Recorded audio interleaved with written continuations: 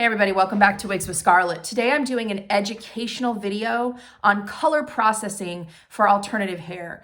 This video is very important if you wear alternative hair, specifically in lighter shades such as bronze, blondes, reds, because it's important that you know what happens to this hair before you even purchase it so you can make informed decisions and so that you can properly care for it.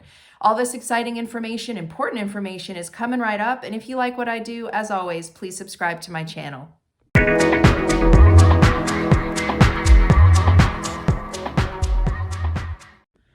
All right, ladies, let's get into this very important educational video on color and alternative hair pieces.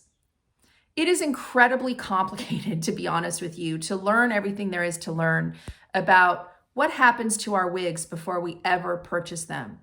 But if we don't learn these important things, what ends up happening is we can make the wrong decisions in how to care for our wigs.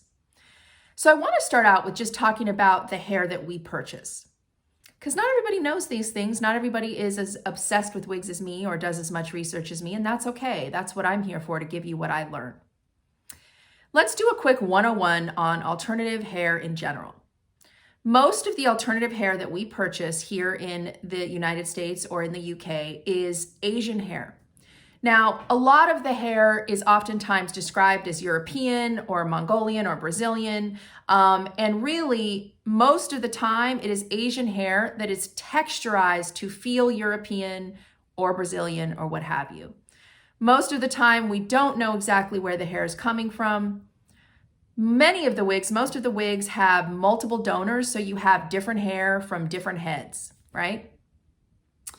And most of the hair is dark brown to black, very dark hair. So you have to ask yourself, well, if I have a blonde wig and the hair started out black or dark brown, how much processing did it take to get it that color? Well, the answer is a lot of processing. Most of the wigs that are purchased come to the States for the brands to customize in a couple of different ways. And I'm going to explain the 3 different ways. Darker colored wigs oftentimes can come to us as less processed wigs, or sometimes even virgin, meaning they've had no processing done. But those colors are very dark. If you have a wig that is a light brown, the light brown wig had far less processing to get it that color than a blonde wig. So you have wigs that come here to the brands in the US with less processing, but they're always going to be darker in color.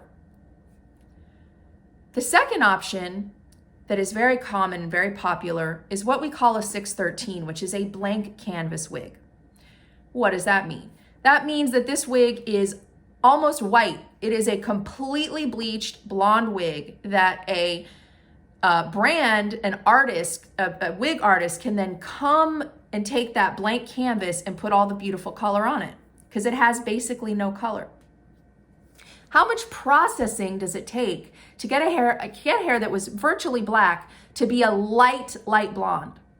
Well, if you answered a ton of processing, you would be correct, because it takes multiple bleaching sessions with very heavy chemicals to get a wig into a 613 blonde base. 613 blonde bases are very popular with wig artists that do custom color because it's a blank canvas. So when they're making dimensional bronze, blondes, reds, the easiest thing for them is to start with this bleach base. I'm not saying there's anything wrong with that at all. It's just important to understand the processing. So what you have is a highly processed blonde bleached base that then has more chemicals put on top of it. It's always going to go darker, but there's a lot of toning. If you want a cool icy blonde, they've got to do a lot of toning. If you want a warm blonde, you know, the lighter the color, the more processing that is there. Now, in my case, I go for vibrant reds, which are actually warm and a little bit darker. But in order to get a very vibrant red, it has to start from a blonde base. So my wigs are heavily processed wigs. So that's the second one. So let's just clarify. So far we have the wigs that are a darker color with less processing. Then we have our blank bleached canvases that are highly processed. The whole wig or topper is completely bleached. The third option is factory colored wigs. Factory colored wigs are generally bleached, and then they have fabric dye put on top of the wig. Again, I said fabric dye. Fabric dye is harsher than regular dye, but there are pros to having fabric dye, like it fades a lot less. The problem is that when we buy a wig from a brand in the US or the UK or wherever we're buying our wigs from, oftentimes we don't know if the wig was a factory colored wig. So in other words, it came from the Chinese factory or Indian factory or wherever, already colored with fabric dye. There are many companies that sell factory colored wigs that they didn't color the wigs. The wigs came to them factory colored. The other option is hand painted. Now, oftentimes brands will say a wig is hand painted. What you have to pay attention to with the hand painted wigs is the color will fade faster, and did they start with a bleached blonde base or did they use one that already had, some color? These are things we have to find out and things we have to inquire about with the brands we're buying from. Because if we don't know how much processing has happened to these wigs, then we cannot properly maintain them. What we should assume with any lighter colored wig is that it is heavily processed because they came from very dark hair. So in my case, I'm always with very highly processed hair. What we also need to understand is what kind of dye is being used when they're hand painted. If you have a wig that is colored with demi dye, it is going to fade much faster than a wig that is colored with permanent dye. These things are not told to us when we buy the wigs. We don't know if they're demi dye or if they are permanent dye. Those are not in the listing details. There are some companies that even use semi-dye. Semi-dye is going to wash out in literally 2 shampoos, maybe 3. It's got it's not going to keep the color. If you look at a permanent color is still going to fade, but not nearly as fast. And if you're thinking about, oh, well, it's more damage on the hair, well, I'm putting the demi or the semi, it's not going to damage the hair much as a permanent. It's so minute at that point because you're still putting a darker color on the wig.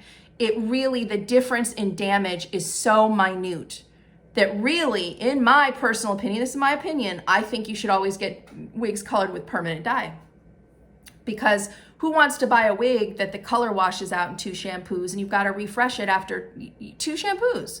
Like, that should not be happening, right? But if you don't ask the questions before you buy, it's on you. All right, so we now know, how wigs, there are 3 different ways you can get a wig from a Chinese or Indian or wherever vendor, right? Either factory colored, bleached base, or somewhat processed, but not as much processed with your darker colors. Now, there are instances where you could get a darker color that was still factory colored from a bleached base. You just don't know. So you have all these things going on with processing. How do you take care of the wigs? I have learned some new tips and tools to take care of wigs, and I want to share those with you today. If you get a color refresh on a wig, which they will eventually need more color added to the wig, there's a couple things you want to do to try to limit the damage that's done. So one thing you want to do is not use any heat tools after a chemical coloring for at least a week. And I would even ask whoever's refreshing your color to not style the wig. I would ask them not to style the wig and send it air dried, and then just wait a week and then use heat tools. That's number 1. There's a couple other things you can do. The night before there's color added to your wig, you want to consider using a virgin coconut oil. And I say virgin meaning it should be the kind of coconut oil that at room temperature is solid. If you have one that is liquid at room temperature, it's not purely virgin. You want to melt a couple drops from the solid form and put a couple drops in the hair the night before it's colored. Now you probably don't know when your hair is going to be colored unless you're doing it yourself, right? So you may want to send the coconut oil with your wig. or ask them if they can use some virgin coconut oil to add to the wig, because you want to have it done the night before it's colored, not 2 weeks before or a month before, because you don't know when when it's going to get colored, right? That is something that can really help put moisture in the hair. And the other thing that I've learned from some experts is adding a two-step protein treatment. The one that was recommended to me, I'm not very good at pronouncing it. I think it says Agohi, but I don't know how it's pronounced. I will spell it for you. It's Aghogee. And that was one recommended to me. It's a two-step protein treatment that you would want to do after you get your wig back, to add protein to the hair. So these are all things you can do to help the wig. Now, if you want to change the color completely, if you have a wig that's darker and you want to go lighter, the only way to get a lighter color from a darker wig is to lift the color first. You'd have to lift the color off the wig and then add more color. You want to really think about adding color using a lifting process first. You have to do some research and carefully talk to the brand that you purchased it from prior to doing any lifting. You need to find out, is this factory colored? Was this colored from a bleach base? Was this just a darker color with less processing? If you had a darker wig that didn't have a lot of processing, it's probably okay to lift it. But if you're going from a bleached base that had color added and then you're lifting color off again, that could be risky, right? Or if you're going from lifting factory color off of a bleach base that was then factory dyed with fabric dye and then lifting it off, that could be risky too. What you have to understand is it's your job to be educated. If you send a wig to a colorist and ask them to lift the color and something happens to the wig, it's not the colorist's fault, because you asked them to do a treatment and the hair is so unpredictable, you have no idea how much processing it's already had. So trying to lift color is generally something that we don't want to do, because it can cause a shed with the wig. To be honest, I mean, you could have hair fall out. So the reason I'm giving you all these tips and all this kind of information about color is because our wigs are expensive and we need to maintain them. And we need to be careful, and we need to be educated, and we need to be informed, because we don't want our wigs to last 2 months because they're so highly processed and we're not properly taking care of them. Most human hair wigs, even highly processed, are going to last longer than 2 months unless they're super budget. But I notice I have very high-end luxury hair, and I notice that my hair gets split ends very quickly. Because it's so highly processed. It's usually only at the nape where it tangles. Nobody really sees it. Not a big deal, right? But I'm trying to learn ways to have the split ends occur not as quickly, right? What can I do? Maybe I need to do protein treatments more. Maybe I need to add some salt, virgin coconut oil. Whatever it is I need to do, I want to do it. And as a redhead, let me just, let's break it down. As a redhead, I have to get my color refreshed a lot because my colors fade really fast, right? So it's beneficial for me to learn all this information because I'm gonna need color refreshes and more color added, and what can I do to avoid the split ends and avoid, further damage.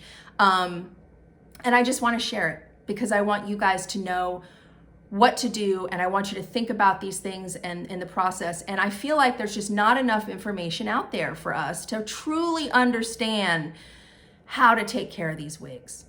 So I hope this information was helpful to you. Again, if you find my content engaging, if you're learning from my content, please subscribe to my channel, and I will see you next time.